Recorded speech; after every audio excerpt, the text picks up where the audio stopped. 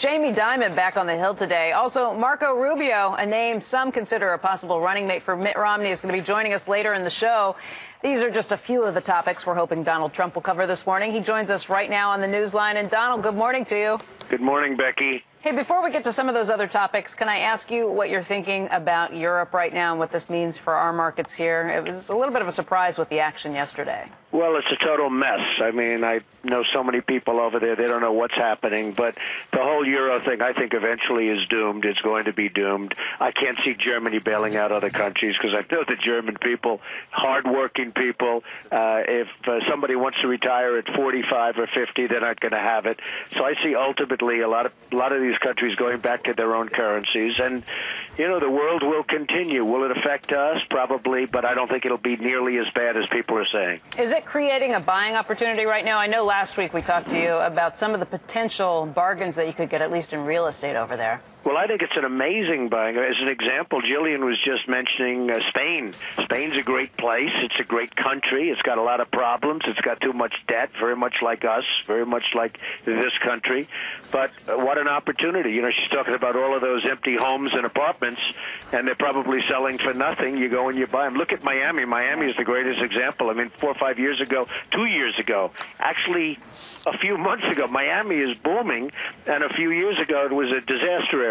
So, you know, it's going to happen elsewhere, maybe not to that extent, but it's going to happen elsewhere. And frankly, Spain, you go to Spain and you buy something. I mean, I don't want to really suggest it, but somebody brought a project to me the other day in Greece. Whoa. And, you know, you're getting it for nothing. You're getting the land for nothing. You're getting everything for nothing. You have to sit with it for a while, but there are a lot of great opportunities in Europe. There's no question about it. Are you thinking of doing that opportunity in Greece? Well, I'm actually looking at something that's so ridiculous that it's laughable, and yet I'm thinking about doing something over there with a group that is very smart, and frankly, there's an opportunity, and there's a great opportunity in different places in Spain. Spain is an amazing place. It's a great country, and it's got a fever, and this is the time to take advantage of it, because in 5 years, all of a sudden, those same apartments will be selling for a lot of money.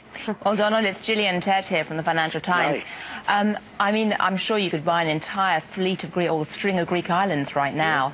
But what do you think is actually needed to actually turn around the Spanish situation? I mean, what are you looking for as a key sign that it's time to jump in? Well, I actually think, Jillian, that these countries are going to have to go back to their own currency. If you look at England, if you look at what happened with the pound, they were smart. They turned out to be the smart ones. Now, Germany, I hear, is buying back tremendous amounts of debt, and they're buying it back at discounts, very much like on a much larger level companies would do, where they have debt and they buy it back at discounts. So I'm not sure that Germany is suffering like people think they're suffering, because to what I understand, they're buying huge amounts of debt, and they're buying it at discounts. So, you know, that's not a bad way to make a living. But I really think that a lot of these countries are going to have to, and maybe all of them in the end, they're going to end up going back to their own currencies. Too many differences. I mean, you have different mores, you have different people, you have different thought process. They should have never been together. And remember this, the euro was really set up to hurt the United States. It was set up to compete with the United States and, to a lesser extent, other places. So now it's coming back to haunt them. But, you know, I have absolutely no doubt that over the next not such a long period of time, countries are going to start going back to their own currency. You know, Donald, Spain has Valderrama, which I've played, which is great. Do you even know of a course in Greece? And why don't you buy, like, Mykonos or something and like, turn it into, like, a Gulf island? Well, you know, there are a lot of things for sale in Greece, and the only problem is nobody knows how you go about getting them. Under what currency do you buy them? I don't know. Do you know of a single golf course in Greece? But the issue, Joe, is you don't need golf courses for American tourists. I mean, I've long thought the way to solve the problem in the Eurozone would be to give all the German pensioners vouchers paid for by the German government to go on holiday in Greece. In Greece. And that's much more effective in some ways than actually giving the money directly to Greece, because you end up with happy German voters.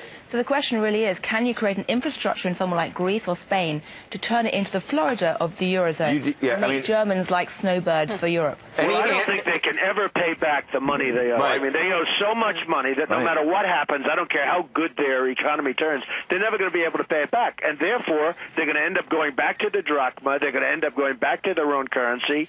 They're going to issue lots of different things, and they're going to start the printing presses, and they're back to life. But, you know, there's no way they can ever pay that back. And if they don't pay it back, what's Germany going to do? What is Germany going to tell its people? Oh, by the way, we're going to give them a cut of, you know, hundreds of billions of dollars. It's not going to work that way. I think they're going to have to go back to their currency. I think a lot of other countries want to go back to their currency. If you get a lot of happy German pensioners going on holiday in Greece very, very cheaply, then you get the beginnings of some kind of recovery going forward. Tourism in both Spain and Greece has to be a huge part of fabulous beaches. Right, but you know, the Costa del Sol is where Germans go now, don't they? Or Portugal as They well, do. right? I mean, if you're around Malaga, half the signs these days are in German or Dutch. Yes, yes. Hey, Donald, thank you so much. It's crazy to see the euro at 126. You got to think that that's going to come down too.